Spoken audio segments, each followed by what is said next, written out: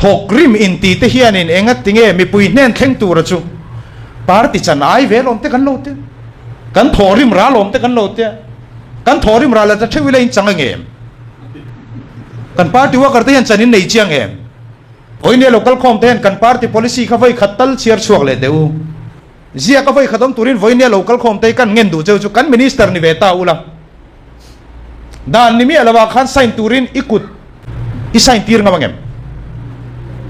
chu tiang ti tur chon kan nor lui thina ni kan minister te hi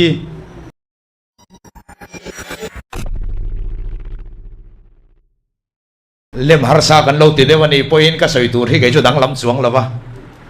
a khoya ma hianin party langkang kan nia PSC ro re polik thawa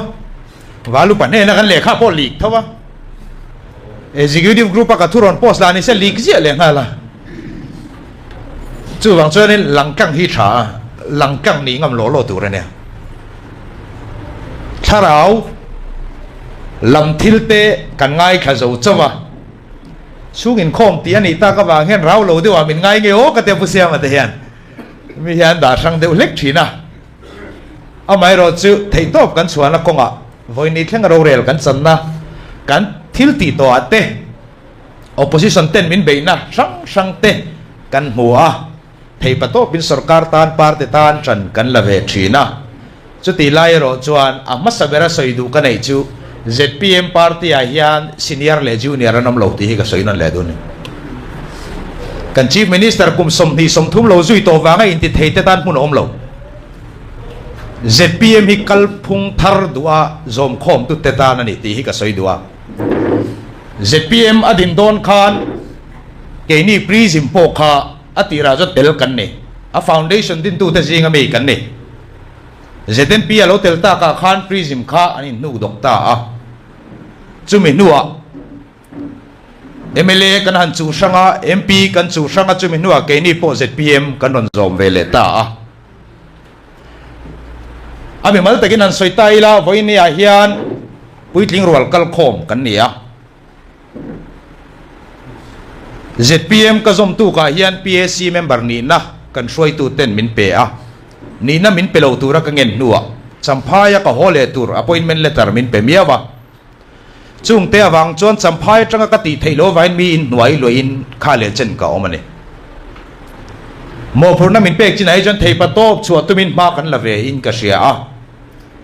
voini a hian elected PSC galania ti tak taka chuan he ZPM interim period zo hen ke ai senior pakhat manum lo PSC a po hian senior junior te kan soi thina te tu te nge kan ni ti ngai to chiang ula ka duwa he ZPM sarkar theina turata na chunza na ngai to na senga tai fara kan ngai to lai khan ke ni ai khazok ni om fathana la soi fote party in lung rual na te sei zo nga lom kan lom mi apoi ka tia eng ma kan tho ve talovem ni ti voine ang ka soi du ne PSC member kan ni sakia lova policy drafting committee a katela chutiang bokin ZPM halak na hian ka tel lo na hi tlem takane star campaigner kan ni te chu thudang ni sela anna thok ko nga hian ho tu te du sak na changin by election kan nei to reng a atol rela vuwa kan ve thina real by election kan nei po khan media chairman kan ya election committee member kan ni boka maro autonomous district council kan va thana ZPM block po nei lo unit chu soilo district headquarter mi pasari elect kan va chon chai lai election chairman kha kan ya LMC khatiang khoba beidonga kan ron holaya election chairman chu keima kan ya tun general election in khan kan nei lai po khan atira tanga top thenga election committee om chun kan ya fundraising a ka oma kha chen in khan kan ma chon na khan tunge sum tho tho lo ti hi a list kala nei ve kan ni voini hen ka soi du tat suma tho nem den han te kan thani ilwa man po tho lo te voini a sarkar kan ni veta ka wanga be seina nei lian te voini hen sak ula ka du ne heram siam thatna tura khale chen kanin pek na kan soi thina mi puima kan soi kha do tani lo chumi kan ti lotlin theilo ni ne chon ZPM atang ke chu ka tel lowang ti ka soi kha voine ka soi non le lui ngat tu ne enge chan kan kal chho zela voine chon junior ni kan hlota sáng ni som ni pakhata chan mari wai me hola in mu khom na oma khami awang khan disciplinary action committee in min ko to in soifia na hun kanei to sáng ni som ni pathum in than dona in than thakhat chi alo min hek na wangin elected OB te a so cause notice ka campaign lai min ko honga ka in soifia to boka ma se voi ni anti party che tam takhi PSC member ni chuin khati khan min tinga ma kani na min li sak tu man malak nei ka sia voi ni a party against a che te soya pianga malak ngam lo bi kan nei te he hi kan za ngoi ngoi hun to ne ram tha hi kan du tak mewem voi ne ka soi tur ka soi don ka ti chan chu voi ne hian party thuak bur an ti PSC ha senior most kan itlat ka meeting telza tello za ve hiran ne arel na kan tela kan soi zong zong ta kan soi ve ngaim enga tinge leak out kan ti reng bi ka aron thu phave reng reng lo ten ke ni ai she om fakhan men an soi kwal zela chu ke mani le ke mani kanin ti thai ton kwala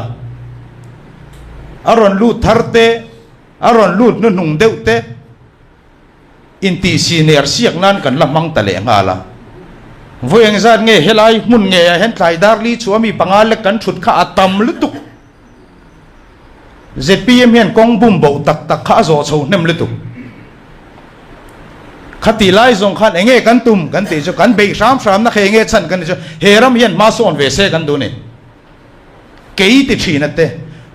pathian bia kinin khoma pathian thu thatak tak soi thina te thu tha ngai kha thanga te kanan ti khoma sarkar na kanan changa achu hel kan ni le ta furmai boka dot soidu patling na kala mu ve lo hetiang tu rem ni ron ti te kanan sui zawan lo nei ker kurvek boxia zakula ka duni voine hian voine in khantlina te hian na pakhat MLA na thok ve to chumi atang chan cheng so mala ti soi turin che chuan kan bang halang ti tak taka chuanin kan chhuak ve na zong han party tang hian cheng khat pok na bil ngai reng reng leinem a chhuak la le chhuak thui chu kan ni ve bok mara in thana khan ni som thum pariat ka wa cham chilane party cheng khat po min pem LMC a top thak khengin silent hours thleng thakin ka wa che ka min no choka ka ron ho pe khan party in ka thlen man po cheng khat po min pem POL hey hi fuel man tin kan la ve to ngai reng em voi ni khat kan zina thok rim kan in tiem em maya chan vo nei tura kan in ngaya eng vai na kan tlang out thin soi pui tu nei ve lo te pachia te mei thai te ta na lo mi kan au tun kum nga chung hi mi kan be sei kum som nga dang local le tura kan tu le fa te ta na lo mi kan au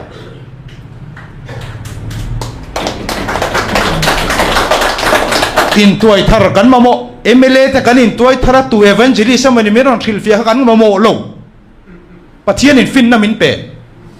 thu dik ngai nat na min pe chumi ti du lo tan khan ba pian thar thu teilo dik na po tran ngam lo kan ni chung chon khoya ma khan tu wengang miro pui pon min thil fia sela khoya ma kan piang thar don chuang lo kan ni tin nuna pathian mela lang reng em kan na tho na hian mi zong zong va ti lom thailo pathian thu zoi ka soi ve don lo voi ni chu mi ti thin rim tam tak kan neng a tul ke tani ram kan siam thadu si chuan chuta chuan pu chuam nei tum te mel khia tha nei tum bik te kan va huaya kan shelo om ani maya amara ju kan khechi yang lutu ZPM kan sarkar ma po kan sarkar development hi mun thuta va enfiale FIR kan nga lutu eng wangin nge rin lian silo khan in tun anticipatory belalak tunge petu he ZPM sarkar pian nan nilo mi puisum ei rutu te hi ama kan mang thau khan kan nga mangai kan in soyang kan ni chon si lo chon nge hlok na sarkar thut vereng hi mà nên upui fanau te kalsanin chun zanin ina zinga tengin min bo ma enge kan rok ve na tu e mo wat ti lo ma tu pol e mo wat chai kwal ti vel te ban sana hun to MZPMSU ti vel va in tu ma kan sarkar lo za in voi ne ka soi chiangam lo va beton to su tu man kan ma mo lo kan ti dik lo wa ni chuan an thei tok len thiam tok len duang tok in ti ro se kan dik ngam tu ra ni chu tiang ani si lo wa tu te mo tran pui na kan va zom chuk to par ti chung bo ruak tu e mo kan khil chua zel si te chuan eng tin nge ni yang mi pakhat du dani na kal lo ti thei ve ni o ma in sia kan tam lu tuk chung chung kan boi tol tolang sarkar le po ni le engram ma hi kan thleng don lo re mi puin be se nan nei voi ne hian chu be se na ti tham ral tu chu kan niang te ka lawa abu lai kir leng u enga tinge he sarkar hi ka siamani tingam tur khopa thok rim in ti te hian in enga tinge mi pui nen thleng tur chu party chan ai ve lom te kan lo te kan thorim ra lom te kan lo te kan thorim ra la ta thewile in chang nge kan party wa karte yan chanin nei chiang em chu kan du zong ani thil thale diklo po soilang ngam to lo khobin voine local khom ten kan party policy kha vai khatal chiar chuak le deu kum ni le chan ve kan liam to eng chin hinge kan ti lo tin kan ti lo tu ri kan ti treu to kan soi reng lo hi malak ma sa kan nei treu to Huaisen tu ra kan in zit tir na te sarkar na thok ten he raman ti che je hi politician chawan ne lo tia kan soi na zong kha voine je sarkar na thok thun wa ya kanom kan ngam lo enga tinge chan pa tu wa karten hi ka fanu ka fa pa hi lo da ve te kan tia chumi chu lo du sak ve te kan ti chung chon dik lo kan ti chon official min ngam sar to mai ni zia ka voi khadom turin voine local khom te kan ngen du chu kan minister ni ve ta ula dan ni mi alawa khan sign turin ikut i sign tir ngam chu tiang ti tur chon kan nor lui thina ni kan minister te hi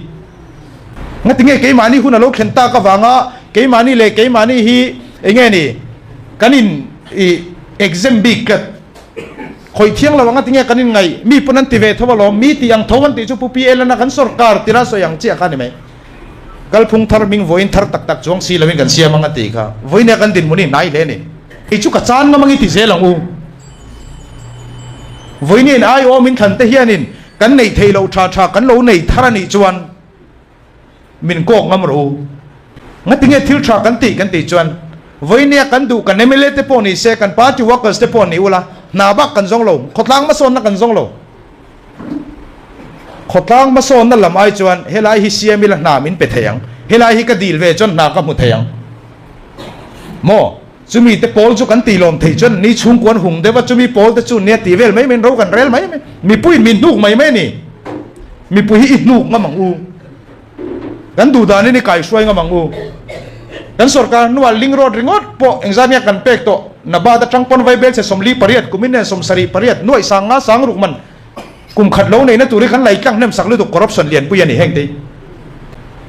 kum som di liam ta khan kum tin khati zat khan lai bok khoi ka kan fe kong chu that chuan khoi ange kal ma se kan an thira kan minister te ne nor tu chu agriculture ling road hemi ling road mani na zon nan kan mangani hi Ramason na puitur ka kan cluster base zau base in kan kalanga chutiang zawa te chon ma kan dang ti kha tunge soi lenga mom chu chung kan zau kal po thatlo na te chu voinia hian na thoni to rengem khotlang ma mo an ron soya MLA ten he an ron thena MLA ten kan than khom chuenge hall voinia kan ma son na tur tho zo zai luang ra la hi khirula nuai li le sing riat chuang voi ne hen man rala ni to kan lei bar ngo ta hi ma se chun chu kan tu le fa ta chor phak tur assets kan siam rengem nge voi ne kan fa ten lo thang le na kan ta na liability lei ba ni mai tur en kol ngai ven zui ngai a bila kan tholo in siam thale nga bangu voi ni a hianin khang lei ba kan tia te khang ai tu ma ula kan na thona sang hi en ula department sang kan malak na hi analyze nga mangu i soi khom nga mangu sum trăng kai lo ka ti me ge chon ma se kan soi sel ngam lo a na ka chan ve thei don chuan chu mi contract na chu kan lo chan ve thei don chan poi sak kan nei lo sim sim enga ta na man tur nge lam po kan slok lo kan bo zui ngar hei hi ka project ve ne hei hi ka mu ve tur ne heta minister planning a khotlang in ma kan son pui don em kum som ni no he enge return min pek ve don he investment kan nei hi alo kirle tureng zat nge ni ti ngai tuangam voi ne kan no mithiam le khathiam in tibik te kan ni lom ni kalta te ang bok ba kin malak na kan nei lo reng thil tha kan soi thin mi pui ma thil tha po ti tam tak kan ne kalta te ai chon voi ne he kan lat thatot ma se kum ni le chan ve dang lo om le hen tu na kan kal chon kalta te ai chie in kan so ka nga soi tur kan nei lo bokang ngai kan soi ngam lo wang voinia ministry kan ina lam ka soi lo he party a hian elected kalani ve he zpm ni pakhatani znp siam ani lo mpc siam ani lo exodus siam ani lo khang mi te khom ni se ke ni kan ron zom teu lo eng vai ne sang ni som paria la bokan zom ve lo party changrol pol kha kan du lo pakhatani kan du ni zpm hi registered party ani jon ke ni bokan ron lut mai ani tu na hen ani na tak din muna chon du lo inang duinang silo om kho mang veling kan la tala ni